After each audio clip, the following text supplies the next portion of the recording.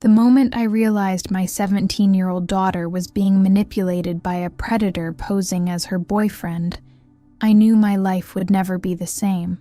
What started as an accidental discovery of her secret OnlyFans account turned into an FBI investigation that uncovered a trafficking ring targeting dozens of underage girls across 3 states. But the most devastating part? The man behind it all was someone I had welcomed into my home. I'm still shaking as I tell this story. 3 months ago, I was just a regular single dad trying my best to raise my teenage daughter. Today, I'm testifying in a federal case that's made national headlines. And it all started because I needed to borrow my daughter's laptop to check my email. Let me take you back to where it all began. I'm Mike, 45, a construction foreman from Portland. I've been raising my daughter Amber alone since she was 9, after her mom left us for a fresh start in California.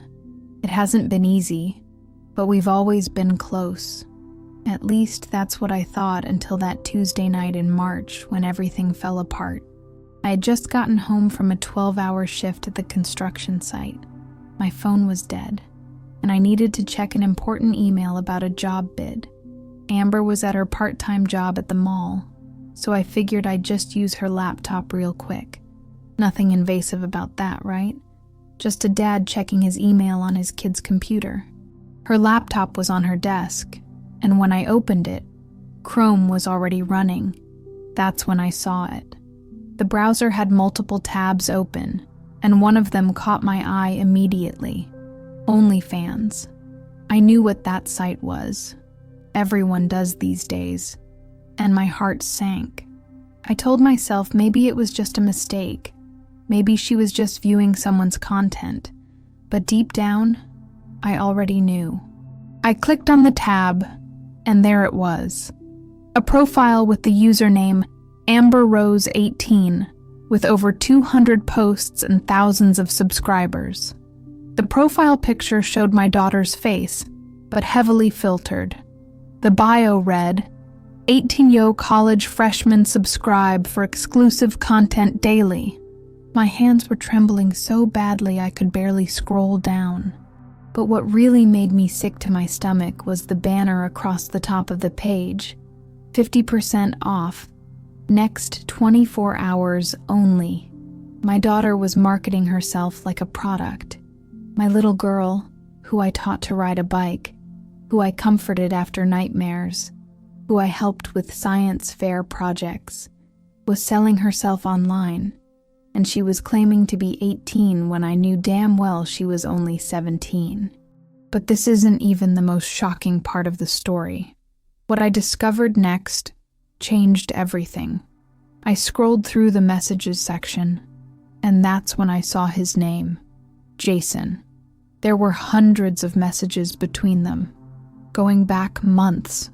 As I read through them, my blood ran cold. This wasn't just some random subscriber. This was someone directing her, telling her what content to post, how to pose, what to say. He was coaching her on how to maximize earnings and build her brand. Remember, don't ever mention school or your real age, one message read. Post the new content tonight at 8 p.m. exactly. That's when engagement is highest. Another message. Good job on yesterday's post. We made $200. I'll transfer your cut later this week. Her cut? Her cut? This man was taking money from my daughter's account. As I kept reading, I realized Jason wasn't just some online creep. He was calculating, methodical, and clearly experienced at this. He knew exactly how to manipulate a teenage girl with compliments, promises of money, and the allure of what he called financial freedom. But there was something else that made my stomach turn. I recognized his writing style, the way he used certain phrases, his peculiar habit of starting sentences with "listen." It reminded me of someone, but I couldn't place it. I checked the time. Amber would be home from work in an hour. I needed to figure out what to do. Call the police? Confront her? I was completely overwhelmed, but I knew I needed more information. So I did something I never thought I would do. I kept digging through my daughter's online life. I checked her email, which was still logged in. There were payment notifications from OnlyFans, but most of them went to a different email address I didn't recognize. Then I found a folder labeled J in her documents. Inside were dozens of photos and videos, clearly organized for upcoming posts. There were also screenshots of bank transfers, but the amounts seemed off. If the messages said they made $200, why was Amber only getting $200 transferred to her account? This Jason person was taking 80% of her earnings. This wasn't just exploitation. This was financial control. And that's when it clicked. This had all the hallmarks of trafficking. My daughter wasn't just posting content on her own. She was being managed by someone who was profiting off her. Just as I was processing this horrifying realization, I heard the front door open. Amber was home early. I quickly closed the laptop and tried to compose myself. How do you even start a conversation like this? Hey, honey, I know you're being exploited online by some creep named Jason. I had no playbook for this situation. She walked into her room and immediately noticed me sitting at her desk. Her face went pale. Dad? What are you doing in my room? She asked, her voice shaking slightly. I took a deep breath. Amber, we need to talk. I know about the OnlyFans account. The look on her face will haunt me forever. It wasn't guilt or embarrassment. It was fear. Pure, undiluted fear. And not fear of being in trouble with me. You don't understand, she whispered, glancing nervously at her phone. It's not what you think. Then help me understand, I said, trying to keep my voice steady. Who is Jason? At the mention of his name, she completely broke down. Between sobs, a story emerged that was far worse than I had imagined. Jason wasn't just some random online predator. He was 32-year-old Jason Mercer, the older brother of her friend Kaylee. The same Jason who had been to our house for a barbecue last summer. The same Jason who worked as a youth counselor at the community center. He had started grooming Amber when she was just 16, first offering her modeling opportunities, then gradually suggesting more explicit content once he had gained her trust. He handled everything: the account setup, the subscriber engagement, the payment processing. He told her which girls to befriend at school to recruit for collab content. He even controlled when she could use her phone. He has all my passwords, she said quietly. He checks everything. If I don't post what he wants, when he wants. Her voice trailed off. What, Amber? What does he do? I asked, my heart pounding. He has videos of me that I don't want anyone to see, she whispered. And he knows where we live. He said if I ever told anyone, especially you, he would... She couldn't finish the sentence. I was trying to process this information when her phone buzzed with a text. She jumped like she'd been shocked and immediately checked it. It's him, she said, eyes wide with panic. He wants to know why I'm home early. Dad, you don't understand. He watches the location on my phone. He's going to know something's wrong. That's when I realized the depth of control this man had over my daughter. This wasn't just about inappropriate photos. This was about complete psychological domination. My daughter was terrified of this man, and he had been right under my nose the whole time. I made a decision in that moment that would change everything. Amber, we're going to the police. Right now. But what happened at the police station revealed something even more disturbing than I could have imagined. When we arrived at the precinct, I asked to speak with someone from the cybercrimes unit. After explaining the situation, we were introduced to Detective Sarah Morales, who specialized in cases involving minors and online exploitation. As Amber reluctantly showed her the OnlyFans account and messages from Jason, Detective Morales' expression grew increasingly serious. She stepped out to make a phone call, and when she returned, she wasn't alone. A man in a suit introduced himself as Special Agent Thomas from the FBI. "Mr. Mitchell," he said gravely, "what you've stumbled upon appears to be connected to an ongoing federal investigation. Jason Mercer is on our radar for suspected involvement in a multi-state trafficking operation targeting minors." My knees nearly buckled. "Trafficking? Like human trafficking?" Agent Thomas nodded solemnly. "We believe he's part of a network that recruits underage girls through schools and community programs, grooms them for online content, and eventually tries to move them across state lines for more direct exploitation."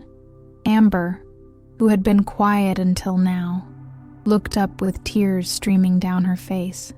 "Kaylee," she whispered.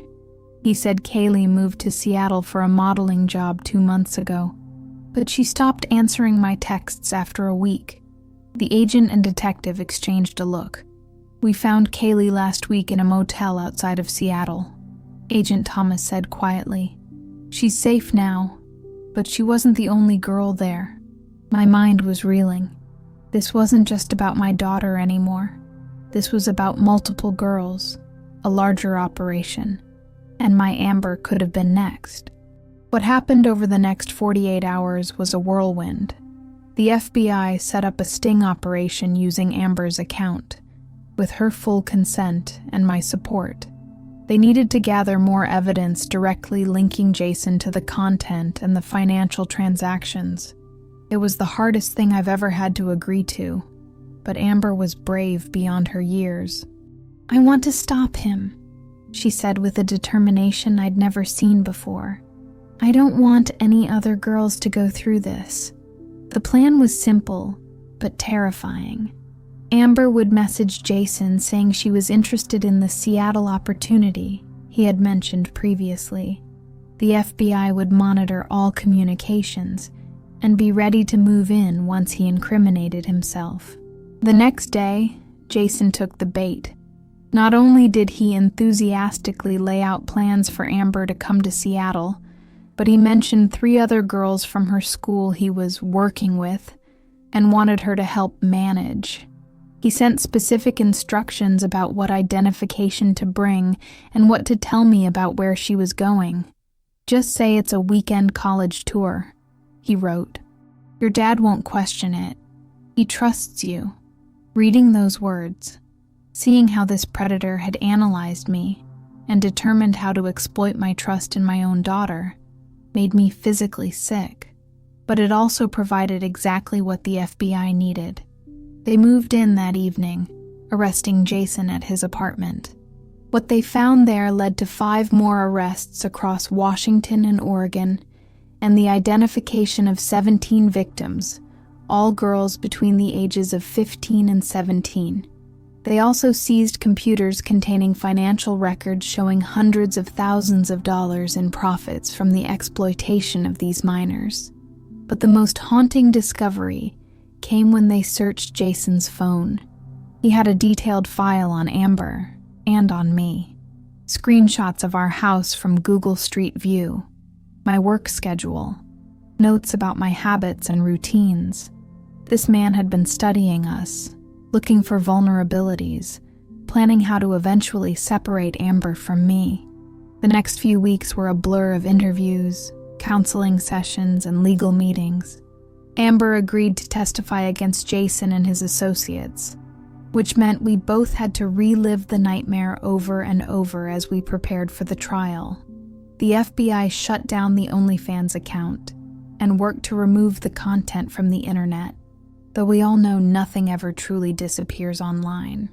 That's a reality we're still learning to live with. As for Amber and me, we're rebuilding our relationship one day at a time. We moved to a different neighborhood. She's in therapy twice a week, and I join her every Friday. We're talking more openly than we ever have before, about everything. Her feelings, her fears, her future, the things she felt she couldn't tell me before, the reasons she was vulnerable to someone like Jason in the first place. It turns out she had been struggling with depression since her mom left, something she had hidden from me because she didn't want to add to my stress. Jason had recognized this vulnerability immediately and exploited it, positioning himself as the only one who truly understood her. Classic predator tactics, the therapist explained, but devastating in their effectiveness. 3 months after that fateful night when I borrowed her laptop, Jason and 4 of his associates are awaiting trial on federal charges of trafficking minors, production of child sexual abuse material, and a host of other crimes. They're facing decades in prison.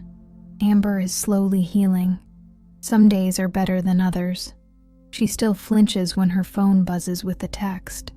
She's changed her hair, her social media profiles, even her nickname. She says she doesn't want to be Amber anymore. That was the girl who was victimized. She goes by her middle name, Elizabeth now. A fresh start. As for me, I've become involved with a parents' advocacy group focused on online safety. I speak at schools about the warning signs of grooming and exploitation. I tell our story, with Elizabeth's permission, hoping it might save another family from going through what we did. The hardest lesson I've learned is that predators don't look like monsters. They look like the friendly guy at the community center. They look like your daughter's friend's brother. They come to your barbecues and compliment your grilling skills. They operate in plain sight, counting on your blind spots and busy schedule. But I've also learned that it's never too late to protect your child. Even when things seem hopeless, even when the damage has been done, you can still stand between them and harm. You can still help them find their way back. Last week, Elizabeth got accepted to a college on the East Coast. She wants to study psychology and eventually work with survivors of exploitation. I want to help people the way Detective Morales helped me, she told me. I'm selling the house to help pay for her tuition. We're both ready for a new beginning, somewhere far from the shadows of the past. If you're a parent watching this, please check your child's online accounts. Have the difficult conversations. Look for changes in behavior, new clothes or possessions they can't explain, secretiveness about their phone, changes in friend groups, sudden interest in modeling or influencer opportunities. And if you're a young person being pressured by someone online or offline, please tell someone, a parent, a teacher, a counselor. If the first person doesn't listen, tell someone else. Keep telling until someone helps you. Because behind the filters and the followers and the false promises of easy money, there are real predators doing real harm. I almost lost my daughter to one of them. Don't let it happen to someone you love. Yesterday, Elizabeth and I were packing up her childhood bedroom when she found an old photo album. There was a picture of us at the beach when she was about 7 years old. She was on my shoulders, both of us laughing as a wave crashed around my legs. I remember that day, she said quietly. I felt so tall and safe up there, like nothing could hurt me because my dad would never let me fall. I had to leave the room so she wouldn't see me cry, because the truth is, I did let her fall. I missed the signs. I wasn't paying close enough attention, and she paid the price for that. But I also helped catch her before she hit the ground. And that's the message I want to leave you with today. It's never too late to catch your child. No matter how far they've fallen, no matter how deep the darkness they're in, you can still be the one who helps them find their way back to the light. Our story isn't over. In many ways, it's just beginning. Elizabeth turns 18 next month. She's talking about getting a tattoo, a phoenix rising from ashes. Because that's what I'm doing, she told me. I'm rising. And watching her heal, watching her reclaim her power day by day, I'm rising too. From the ashes of what I thought was my failure as a father, I'm learning to be the dad she needs now. Not perfect, but present. Not all-knowing, but always listening. If there's one thing I've learned from this nightmare, it's that love isn't enough to protect our children in today's world. Love has to be coupled with vigilance, with communication, with a willingness to see the dangers that exist even in seemingly safe spaces. The FBI tells me that because of what we uncovered, dozens of other girls have been spared the fate that awaited my daughter. That brings me some comfort on the darkest nights. But what brings me the most hope is watching Elizabeth laugh again. It doesn't happen often yet, but when it does, when I hear that sound that I feared might be lost forever, I know we're going to be okay. If you've stayed with me through this entire story, I have one request. Talk to your children tonight, not just about the dangers online, but about their dreams, their fears, their secret hurts. Create the kind of relationship where they know, without a doubt, that they can tell you anything, and that no matter what happens, you will fight for them with everything you have. Because in the end, that's what saved my daughter. Not my understanding of technology or social media platforms, which, let's be honest, is minimal at best. What saved her was knowing that, when the truth came out, her dad would stand by her, not with judgment, but with unconditional love and an unwavering determination to protect her. Jason miscalculated when he told my daughter I wouldn't question a weekend college tour. He underestimated how well I know my child, even with our imperfect communication. And he certainly underestimated what a father is willing to do when his child is in danger. The trial starts next month. Elizabeth and I will both testify. It won't be easy, but we'll face it together. Just like we've faced everything since that night I borrowed her laptop. Sometimes I think about how easily this could have gone another way, if my phone hadn't died, if I hadn't needed to check that email, if I hadn't seen that open tab. How much longer would the exploitation have continued? Would she have ended up in that Seattle motel? Would I have lost her completely? I can't let myself dwell on those questions for too long. Instead, I focus on gratitude for the chance we got to change the ending of our story. And I focus on sharing what we've learned, in the hope that another parent might recognize the warning signs before their child is as deeply entangled as mine was. Online predators count on our ignorance, our distraction, our hesitation to invade our children's privacy. They count on our children's natural desire for independence and validation. They exploit the inevitable gaps that form between parents and teenagers, but they don't get to win, not if we can help it. So check the accounts, have the conversations, trust your instincts when something feels wrong. And if you discover what I did, that your worst fears have already become reality, remember that it's not too late to fight back, to stand between your child and harm, to help them find their way home. Because that's what parenting is in its most fundamental form. A promise to protect. A promise I intend to keep for the rest of my life. Thank you for listening to our story. Hold your children close tonight. And remember, in a world of filters and facades, the most powerful protection is simple human connection. Never stop reaching for it, even when, especially when, it seems most difficult to achieve. Elizabeth and I are proof that even in the darkest circumstances, healing is possible, redemption is possible, a new beginning is possible, and that, ultimately, is what I want you to remember from our story. Not the horror of what almost happened, but the hope of what came after. The phoenix rising from the ashes, the light that can still be found, even after the darkest night.